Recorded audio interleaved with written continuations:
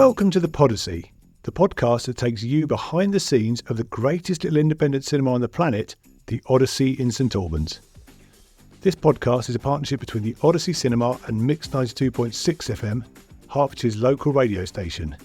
Thanks for joining us.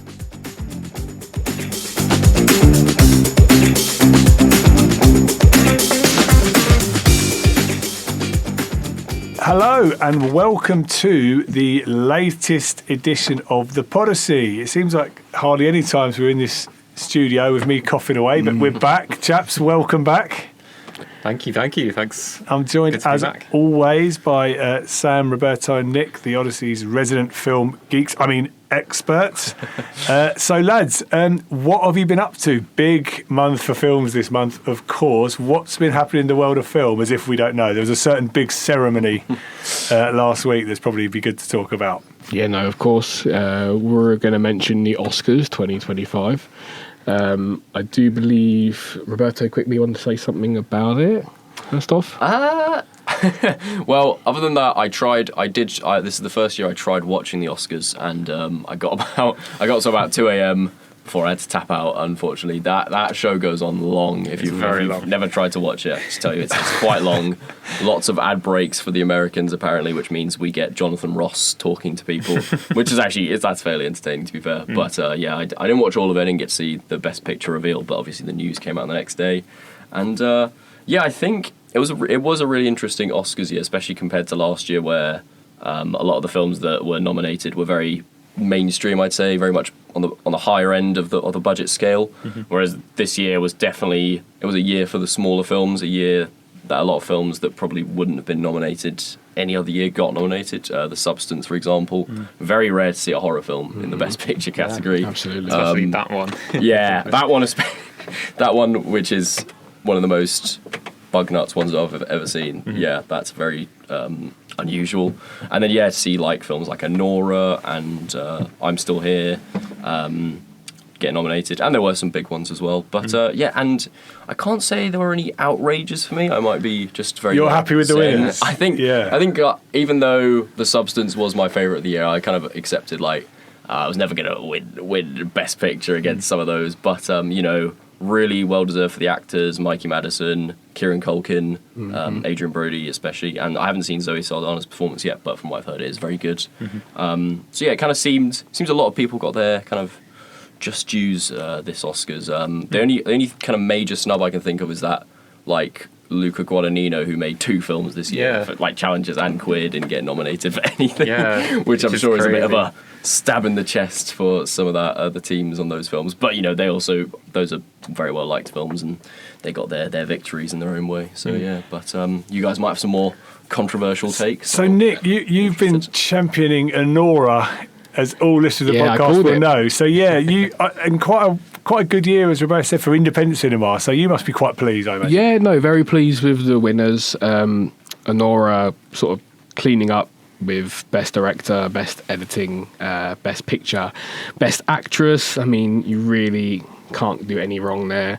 I thought it was a great movie overall. I've praised it enough, and I feel like it got its just desserts. I'm really proud that it got to showcase what it has with its acclaim, and sort of pushing the boundaries with indie film, breaking the boundaries, but also going into mainstream. I obviously not a lot of people may have seen Anora, but as you were mentioning at the beginning, or someone was mentioning at the beginning, that sort of the difference now where we sort of see big budget movies, mainstream versus, sort of indie, low budget. And this is a total win for that. I don't think the film was more than $6 million budget, I believe. Yeah. And he had Brutalist was made for less than $10 million or around that area. So it shows that, I believe it shows that you don't have to make it. You don't have to have huge money behind you to make brilliant film. What counts is your acting, and you've got great craft and talent behind it. And you can tell these people have worked really hard within their own films and have now got the awards to showcase and to prove that these are great movies. However, we're going to go on to relevancy and sort of what it is. I'm going to pass over to you, Sam. What did you think about that win? And what also do you think is the main draw for the Oscars year after year? I was going to ask you guys this. Yeah. So as a layman, right, I wonder how much does the Oscars still matter? How much is it relevant? So, for example, the things that we all know make Hollywood a ton of money, like the Marvel Universe, don't get a look in, kind of fair enough because they're not of the storytelling standard of an Honora or something. The speeches seem increasingly out of touch with a kind of cost of living battered world. The ceremony, which is supposed to essentially be an advert for Hollywood's product, is like a kind of 4-hour black tie yawn fest from the 70s. So is it still relevant, Sam? Yeah, I think it is. It's an interesting thing. I think there's a lot that the Oscars need to do to tackle that whole thing. I mean, the show is extremely long and quite laborious by the end to watch. The speeches are very long, and there's lots of just kind of random things. But there was a 10-minute section dedicated to James Bond, which Amazon might have paid for some reason, but it felt very random and not really important, and just a real additional drag on the show that was already way too long. I think there is still value in having like a big award show or the big award show for film. I think the Academy are still trying to tackle this, and they're trying to diversify the type of films that are nominated and you can see that, to be fair. Yeah, definitely. I think this year is a really good example of that. There's 2 international films nominated for Best Picture, which is the first time that's ever happened, I think. That's very rare. Which is really great to see. I think for me, I keep hearing recently, just by listening to podcasts and things, about this phrase of the monoculture that used to dominate Hollywood and kind of Western and global culture generally. Of like, there would be every year a couple of big films that pretty much everyone would see, and everyone would buy the DVD, and then they win the Oscar and they'd be nominated for the Oscars.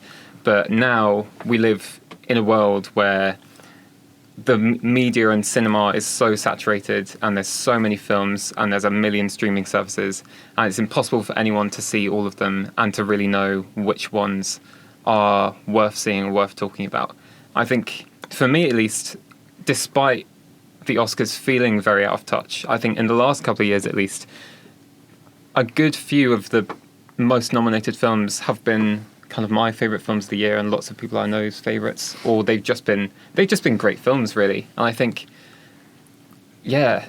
setting aside all the kind of pomp and circumstance of the Academy, it's still nice to see that they are celebrating these little films that otherwise would never get a look in, and then all of a sudden, Honora, now loads of people are going to go and see it, and it's a terrific film. And like Nick, you were saying, it's an independent film made for $6 million, which, in any other circumstance, very few people would see it, but now loads of people are going to see it. So for me, that's where the value and the relevance still is. Yeah, that makes sense. And in fairness, the Oscars is 2 things, isn't it? The Oscars is the actual shortlist of films and the winners, and it's also the mad 6-hour event.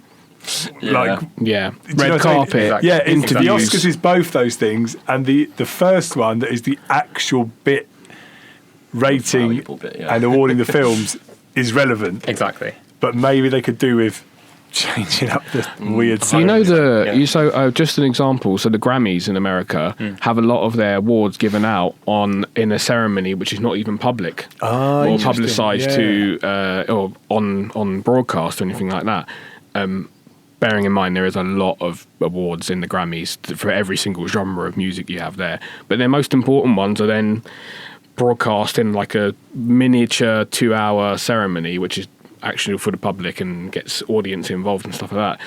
So maybe there's a sort of saying to say, like, or a way to get in there and be like, okay, well, the things that people love, which is best film and best actress and best actor, perhaps they can be sort of publicised to the extent specifically because they are celebrities as well, these people most of the time. So it's like pushing that celebrity culture versus what film lovers really love, which is production design and any sort of category or any nomination involved, just loving the film. And on what Sam says, I think specifically this year was a good one for film lovers. And, you know, both me and Sam, I think we said both our favourite film was Anora this year. And proof's in the pudding, guys. Yeah, you were right. I was a little bit, disappointed is too strong a word. I hope Sing Sing might get something. But, I know just because it was properly different, like using the prisoners. Like I thought it might nick something just for being so brave and different. But, you can't have everything. I think Coleman Domingo getting nominated for actor, and then it also got nominated for best song. And it was because I think Adrian Brody was good in The Brutalist, but I think just to get some Sing Sing like representation, I wouldn't have minded a Coleman Domingo curveball there. And it was interesting because the BAFTA nominated Clarence Macklin, who played played himself in the film. And it was really nice to see him get nominated for that. I saw a clip actually of him he was at the one of the award shows, and Harrison Ford walked past him, and he had a chat with him, and he was so happy about it. But yeah, it would. Yeah, I think that's a one I forgot about for kind of. I think that could have gotten more recognition. I think as well, we're talking about the length of the ceremony. They've tried shortening it multiple times, and they tried putting categories aside and doing other ones not televised. But then they're kind of playing a bit hypocritical with which ones they decide are sure. And also, I guess as an action film fan, I should also mention there's been loads of call for a stunts / action choreography Oscar. I don't know. Tom Cruise every year. Yeah, actually. Maybe that's the reason. But then if you are looking at international films, there's also tons of other things you could pop in there from other countries that could be nominated for that. Some will. I think Hong Kong actually does give out their they've got action Oscars. Oscars. But yeah, it's all a little pedantic sometimes. But I think what Sam was saying in terms of getting those little films pushed out there to the masses, that is always a good thing, I think. Yeah, good stuff. And I did enjoy the host, Conan O'Brien, when he said, I enjoy watching The Brutalist so much, I hoped it would never end, and then it didn't, which I thought was very good. He actually also used the fire. So they brought the firefighters on stage. I saw this, and he had a joke written out for them as well, where the fireman said, it was something along the lines of obviously a lot of you have lost your homes, and so have the Joker 2 directors and stuff like that. I was like, ooh, But it shows the light side of it as well. Obviously, I know it's all written to perform and stuff as well. But that helps, right? Because I know it sounds an odd podcast to say this on, because we're all huge fans. It is only film. In the same way that as a football fan, football is only football. And sometimes the way the winners talk, there's tears, and it's thanks to all the heroes, and also thanks to me, and telling stories saves lives, and follow your dream. It's but I think people hosting it and taking the mick of it is increasingly important. Yeah, you really need that counterbalance. Yeah, for sure. Here's the real world, guys. Yeah, exactly. I think everyone can agree Conan O'Brien is a major step up from Jimmy Kimmel. Oh, 100%. Jimmy Kimmel gives nothing. Yeah, Jimmy Kimmel really did not volunteer any comedy really at all. Did he give away the lunchboxes last year? Was that the skit? Don't know. I thought that was a good skit. He's just giving away lunchboxes. Here's your break, and have a banana because we're all going to sit here for 4 hours and something like that. I mean, it got to the stage after Aidan Brody's speech where I was sort of desperate for Will Smith to boot through a fire exit and lump someone just for something to happen. Yeah. They should have just gone to the joke they were making about going to John Lithgow in the audience. They should have just done that. Yeah, they made a joke about it and they didn't do it when someone actually did. Talk for way too long. Adrian Brody, you did a good performance, but bro, step off. That was not his finest moment, was it? No. Anyway, chaps, we'll move on. So the Oscars, still relevant, but needs to do a bit of work on that ceremony. But I was pleased for Nora, and I feel like weirdly, you know, like when when you've got a mate who supports a rubbish football team and they win something, you're pleased for them. I was sort of pleased for you, Nick, when Anora won. I felt like you should have maybe been up on stage there. Yeah, I've still got to wait on the sweepstakes at work though, so you're going to wait until that happens. Fumbled those hard. Right, we're going to take a quick break there. Then we're going to come back and look at some of the new directors you guys are excited to watch out for in the coming year. So there, we'll be back.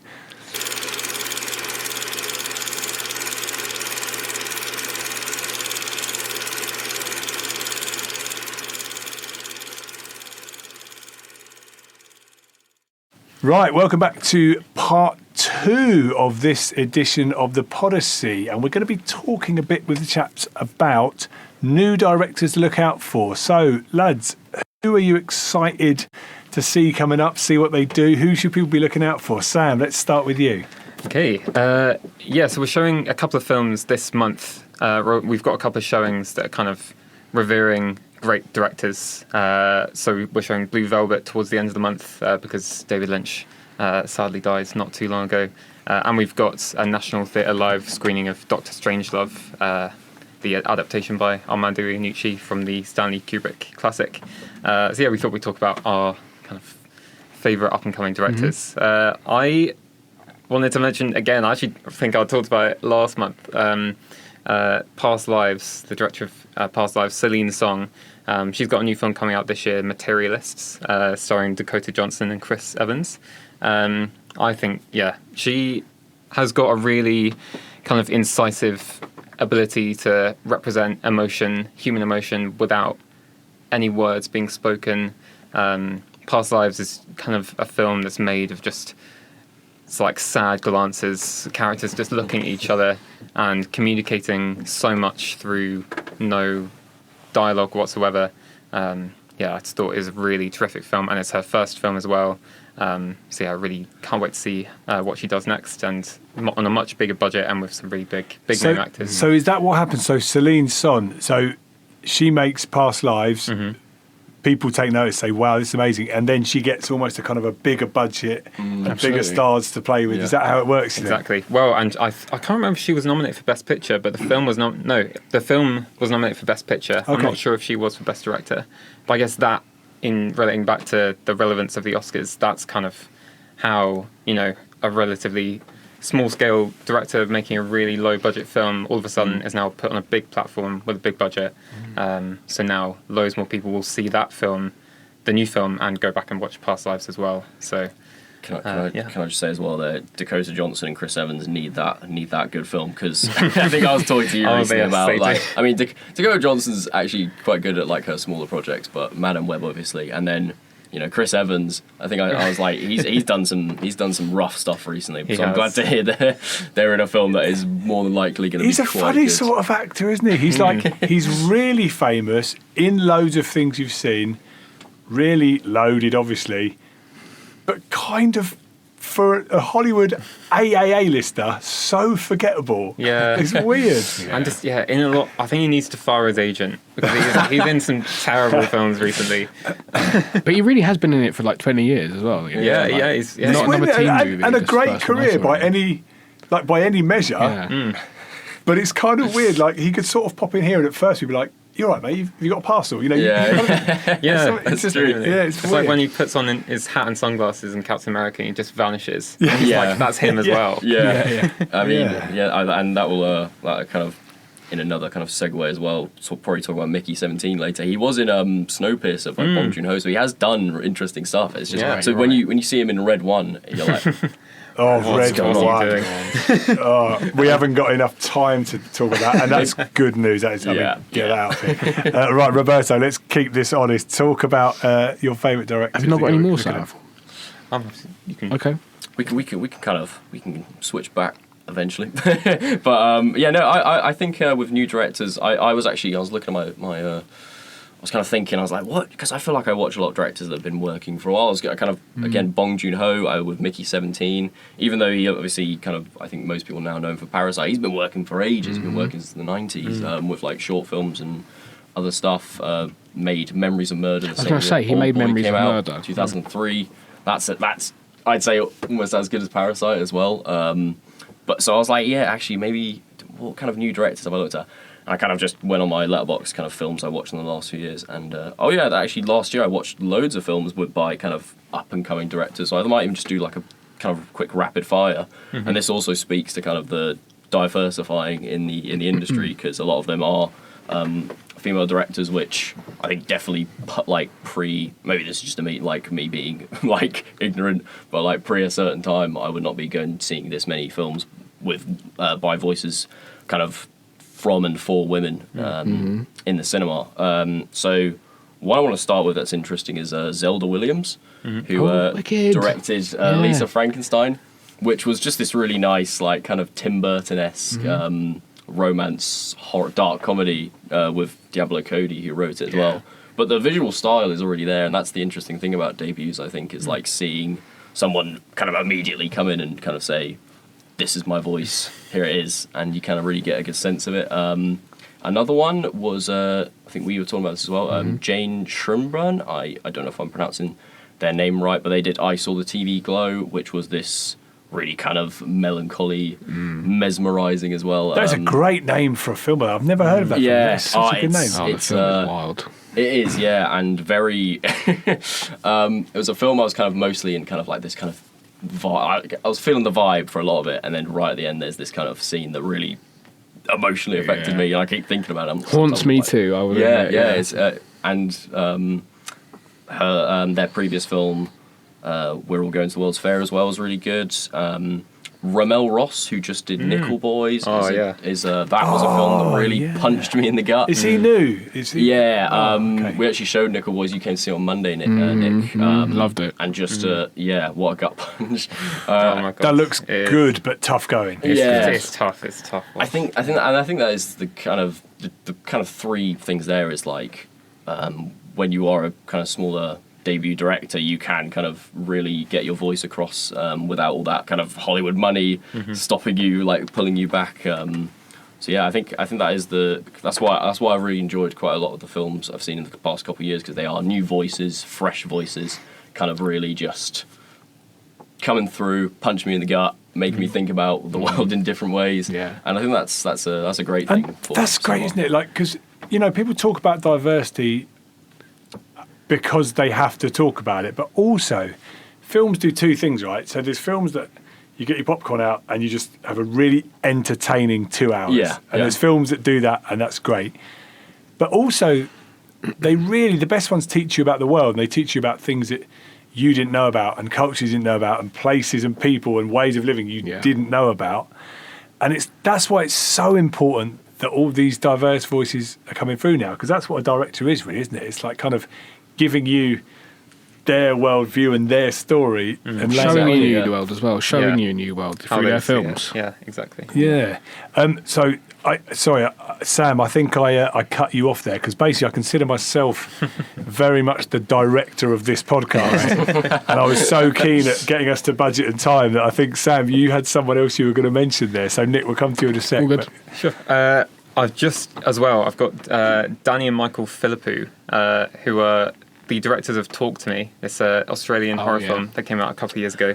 Raka Raka. Yeah, they used to be YouTubers called Raka Raka, and they made kind of these really extreme videos where they'd like dress up as Ronald McDonald and punch and shoot each other, and it actually looked all quite professional. But yeah, it was very professionally done, and they've effectively been making films for like 15 years or so, but they had their first proper feature film that they self-funded, Talk to Me, a couple of years ago, and A24 put it out, and it's a really, really terrific film. Got a really unique voice, very unlike their YouTube stuff. It's kind of very serious, that's a but good it's got show. some good comedy in there as well. It's great, and they've got a new film coming out in a few months, Bring Her Back, which stars Sally Hawkins in a kind of her cinematic comeback after being out of the game for a couple of years. Is that them? I saw the trailer. That's them. Is that horror as well? That's horror as well. Okay. Yes. I did see the trailer. Yeah, the trailer looks great. Yeah. So that's another good one coming up soon. No, we can maybe have a little Jolly Boys outing team trip to Watched that one at the Odyssey. Oh, yeah. Right, I'll be up for that. For Nice. Sure. Yeah, good stuff. Nick, so last but not least, you've got a few new directors that I know you're excited to talk about. I've got a couple, yes. Just like to back it up for context, saying I believe these are just people that I'm looking forward to, and they have been in the game. A few of them have been in the game for 10 years or so, but they've not made like more than 10 films collectively, possibly. So the first one I've got is John M. Chu. Of course, he has been working a while. His first actual feature film was Step Up 2 in 2008, going on to Step Up 3D. And so on. He even did the Justin Bieber documentaries. Oh, yeah. But then he sort of left the franchise-esque, franchise parts of Hollywood, and then delved into his own sort of diversifying his own sort of films. So he did Crazy Rich Asians 2018, which was very acclaimed for having like a cast mainly from Asia and of Asian descent. Same with the sort of cast and crew of that as well. And then he did Wicked last year, which has been nominated for a lot of awards. In the Heights, I believe, was 2021 or 22. Mm-hmm. So he's sort of getting into his own realm now. He's becoming to do a bit more of his own projects that he likes. Some journey, that, isn't it? Because Wicked, I wonder how they attach directors to a film that big. Because like it's going to be massive. Yeah, it's going to be huge budget. The world's kind of film juggernaut for that year. How do you reckon he gets the gig? Do they approach him? I mean, he's not sending a CV off to Wicked. Is he? Well, if we look at it, having did the research a little bit earlier, Step Up 2, you got Justin Bieber in there, and In the Heights. They're all musical based, or at least have tendency around music. So my thinking is, you've done a musical before. If you have interest in musicals, and I believe he said that Wicked was like one of his favourite musicals ever. And I enjoy those because the Wicked and In the Heights, that he just manages to create like a really world through like these diverse voices, and the storylines are okay, but he just manages to make them so like human, like we showed In the Heights a few years back, and I'm sure the Odyssey audience enjoyed that. But of course, Wicked being one of the biggest family pleasers or people pleasers there. But I'm also looking forward to his future projects. So he's been tipped to direct Joseph and the Amazing Technicolor Dreamcoat now, which is bringing that to the big screen. Wow. I mean, that's definitely not going to be Donny Osmond as done there. But I also wanted to point out that he's been named Best Director by National Board of Review, and that outdates the Academy. Oh, wow. So, and that was for Wicked. And he was also the Best Director. He won Best Director at Critics' Choice Movie Awards. So he's got backing, and I believe that's something that you should all look at, considering like these people who are in the know are wanting him to, push forward as well. But be it's the interesting, isn't it? Because he's a name that nobody on the street, even having the millions and billions, probably getting into the billions who've watched Wicked. Nobody would know his name. That's kind of mad, right? Yeah, like Spielberg, you know all the big directors, but no one has heard of him. It also seems to me he's kind of like worked in reverse, because he started with just kind of studio projects. I was going to say he's also the director of G.I. Joe Retaliation. Is you know he? that? Yeah. Wow. He kept that. He didn't mention that in the Wicked meeting, I reckon.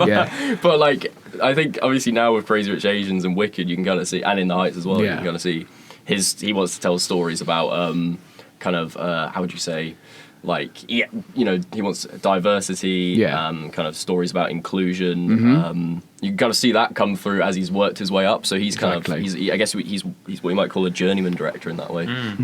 So yeah. My next director is Robert Eggers. Oh yeah. So he recently directed Nosferatu, but he's only ever made 4 films, including Nosferatu. The first being The Witch, 2015, then The Lighthouse, and then The Northman as well.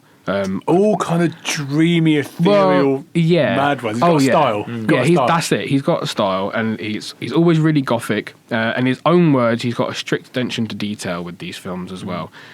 Considering that he also said in an interview that he would never want to make a film in contemporary times, and the latest he'll ever bring his films up to is 1950s. Where is it? Oh yeah, I was going to say that. I think considering that, I feel like that's almost a definition of an auteur, where you stick to your rules, and you have bugger everyone else, and you stick to what you know. And he's obviously made a brilliant career out of it, because I think he's suddenly one to look out for. I think a lot of people would agree that he's one to look out for, especially I think Nosferatu. It wasn't like top 10, but it was definitely a great movie last year. I really enjoyed it. Really cool. It's such a like period drama as well. I love the history that he has in his films, and he just manages to bring something out of his actors on screen like no one else. I feel that Norseman was like wild, wasn't it? That was some muddy. It was like the Lion King for adults, basically. You felt it's a bit like The Revenant or something. You felt a bit knackered yourself by the end of it. You wanted to have a shower and like a pizza. It was nasty. Yeah, amazing. And the last report for Eggers was that he was mentioned to be directing a werewolf film set in the 13th century England, which is something definitely that to look sounds forward cool. to. Yeah, but even better, I'm sorry, everyone in the 80s is going to help me, is that he's rumoured to be writing and directing a sequel to 1986 film Labyrinth. Yeah, I saw Really? this. So Interesting. that's quite brave, because that is a film that a lot of people you can't touch something. just love. Yeah, people love Labyrinth. But can you imagine like Labyrinth with its Jim Henson dark roots? They're mixing that with Robert Eggers. That could be amazing. Crazy. I'm always scared he might get kicked off the project for wanting to do it a certain way. Yeah, Because Labyrinth, right?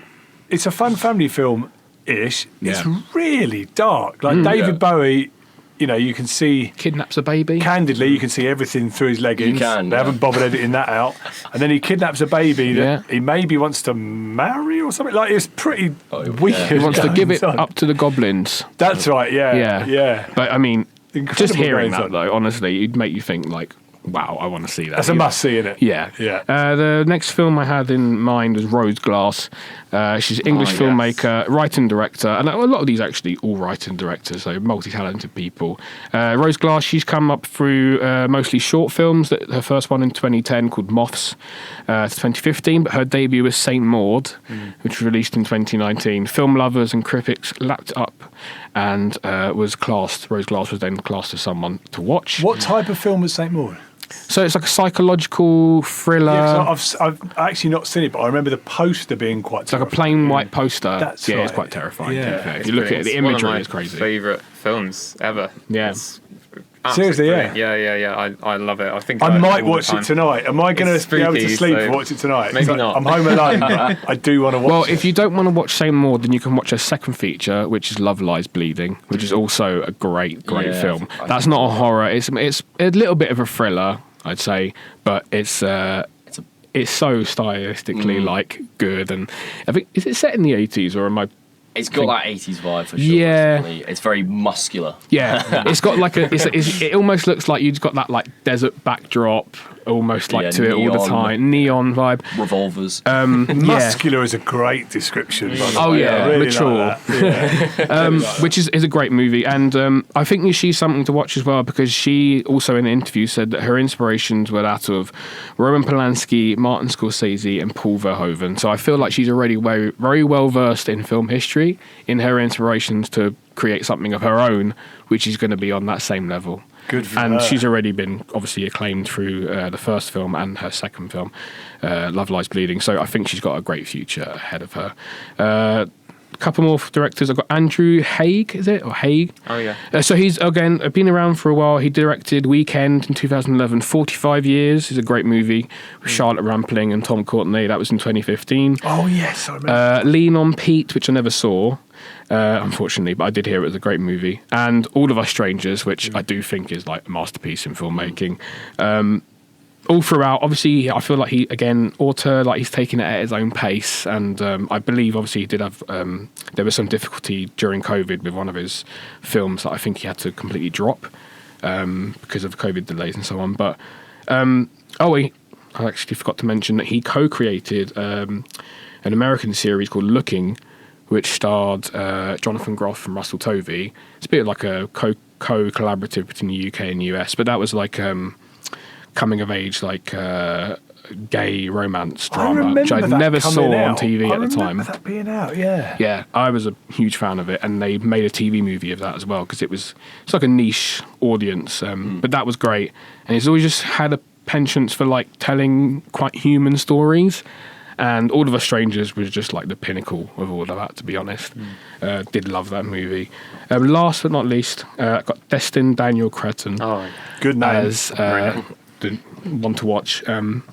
He started making short films as a hobby after his graduation. He graduated in communications, but then eventually went to film school. In between that time, he worked as a staff member at a group home for at-risk teenagers, which inspired his second feature, which is Short Term 12, starring Brie Larson, Lakeith Stanfield, Rami Malek, at the time where they were all starting as well.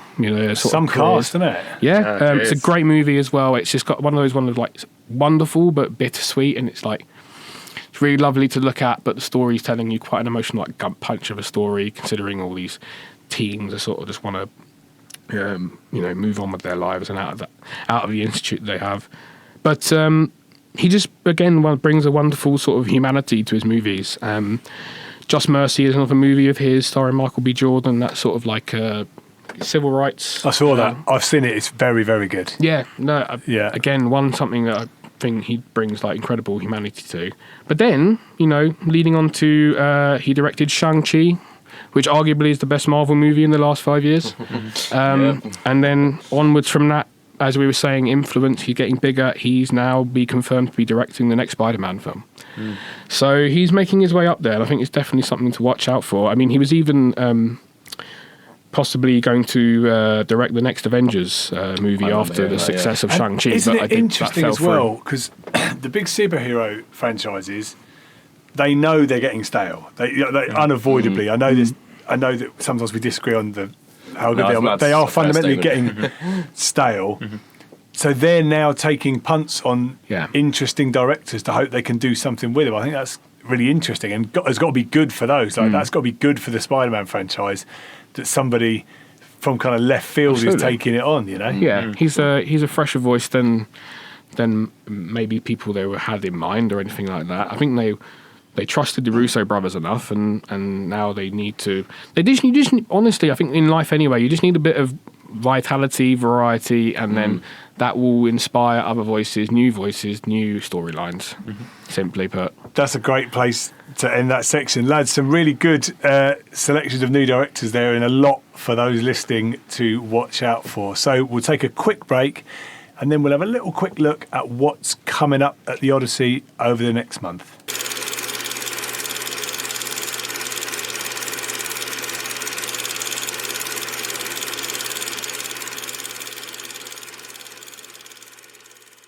Hello and welcome back to part 3 of the Podyssey, where we'll take a look at what's coming up in the next few weeks at the Odyssey that's got the chaps excited. So Sam, let's hear from you first. What are you looking forward to in the next few weeks? So we've got a very special screening of Dr. Strangelove, the National Theatre production that was co-adapted by Armando Iannucci and Sean Foley. So we're showing that on the 15th and the 29th, but on the 15th, Saturday the 15th at 2 p.m, we have it with a special Q&A, live Q&A with some very special guests, which are David DeWilde, who's the editor of Kubrick's 2001 Space Odyssey, his daughter Katerina Kubrick, who was in several of his films, Giles Terrera, who's one of the actors in the play itself, who's best known for playing Aaron Burr in the London production of Hamilton, and the Q&A is hosted by Helen O'Hara, who's the editor at Empire magazine and a writer for The Guardian as well. That is amazing. So first of all, we need to tap up Empire magazine to promote the Podyssey. Absolutely. I've got an invite to that, which I'm very excited about. I think that's going to be a good do, and some big film hitters there as well. There are very big film hitters, and yes, Armando is a friend of the Odyssey, and he's also pre-recorded a video that's going to be screened for both of the showings as well, which is just an exclusive for us. That's amazing. Yeah, very cool. Good. So cool. Roberto, can you top that? I don't think you can. No, I'm just gonna go straight for a much smaller event at our cinema. I've got Thursday the 20th of March. We've got The Monkey at 7:30, which is the new film by Osgood Perkins, who directed Longlegs last year. Very close releases there.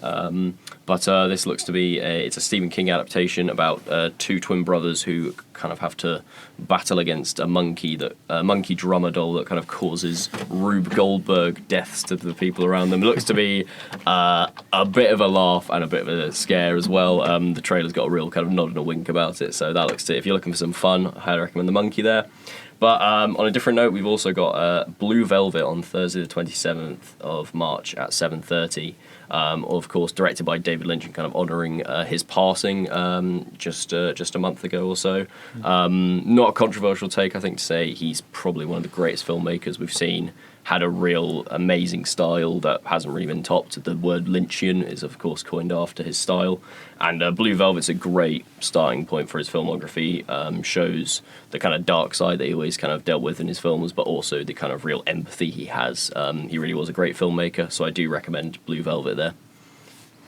Excellent. So some good stuff coming up, some kind of like big, classy offerings. Nick, what you got for us? I'm quite excited to watch I'm Still Here, which is just won the Best International Film Oscar over the weekend from this time of recording. We'll have that on Tuesday the 18th of March at 7:30 and Wednesday the 19th of March at 12:30. The story concerns when Brazil was in its military dictatorship in the 70s and 80s. It's sort of just about this family, this husband and wife. The husband is a political figure, and he sort of just disappears one evening, and then it's just purely about the struggle and the survival of this lady and her family throughout their lives in Brazil. Brazil are very happy, I believe, with the Oscar win. I know our lad Camilo is very happy. So I'm excited for him. I'm excited to see the movie as well. It definitely has some acclaim. Fernanda Torres also won a Golden Globe for her performance too, so I feel like there's something to watch in that for sure, without prior knowledge, to be honest. But I've also got another international film coming up, The Seed of the Sacred Fig, and this is Monday the 24th of March at 7:30. I don't know too much about this one. I know it's from Iran, so quite a politically tumultuous place anyway. Well, because the cast have all left Iran apart from one, I believe, because she had like an injury or was in hospital or something like that. So they're all wanted, but have fled the country. She is currently under house arrest and is facing like 40 lashes. She's the star of this film. Yeah, I mean, that's crazy. Really insane. That's news. brave. That's brave filmmaking. It's brave, exactly. Sure. Giving your life for the film, really. So I feel like the least we can all do is head and see what they've got to say to us there. Yeah. I just want to quickly mention as well, we do have, we're all film lovers here, so we should be getting a ticket for Hans Zimmer and Friends, Diamond in the Desert. This is the latest of sort of our concert films that we usually show at least once a month. And Hans Zimmer is this month at Sunday, 23rd of March at 6:30. I mean, what's not to love? You've got Hans Zimmer playing some sort of wild instrument and playing but showcasing the best of what he's got. So you're going to have some parts of The Dark Knight in there, composing some of the Dune music, and some interviews with artists that he's worked with before, directors too. I know there's an interview with Christopher Nolan in there. So something for film lovers to watch out for. Yeah, that sounds good. Like, some really good stuff. Not a blockbuster among them. That's really good. That's what the Odyssey is all about, in my opinion. Chaps, unbelievably, we've come to the end. We made it. We had the odd technical issue, which we won't bore the listeners with. We've made it to the end. So I think all that remains is for us to say goodbye and thank you to everybody. And I think we should probably do it in the style of a fairly quick Oscars acceptance speech. So who would like to go first? Roberto, Okay. I'm picking on you. It's always me. Okay, here we go. Hey guys, thanks for the Oscar. Turn the music off right now. Anyway, let me stay here for another 10 minutes. Watch the Podyssey, and here's a long list of people to say thank you to. Also go to the Odyssey Cinema, and then continue. Just extend that for like 10 minutes. Yeah. Nick, let's have you. Okay. Thank you so much for listening to the Podyssey. I really I couldn't believe it. I've got so many people to thank, but I really want to thank me for being a part of it. Thank you so much for listening. That's good. Very good, Sam. Oh, I've got so many people to thank. Thank you for listening. Thank you, The Odyssey. Thank you, Mix 92.6. Thank you, everyone. Thank you, Nick. Thank you, Roberto. Thank you, Neil. Thank you. Thank you, everyone. Thank you. Moving speech. And I would like to say thank you to you at home for listening. You are why we make this podcast. You are why we matter. Believe in your dreams. You can be you. This can be real. The Odyssey. What? Thank you so much, everybody, for listening. That is the end of us for this month. We love you. Goodbye. Bye-bye. Bye.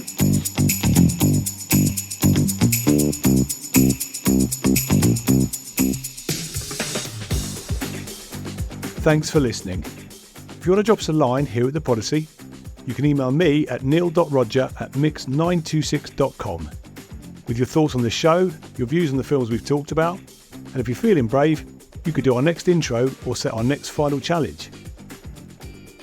You can find out all about what's on at the Odyssey or what's going on with Mix 92.6 FM by checking out the websites and searching them on all the socials where they can both be found.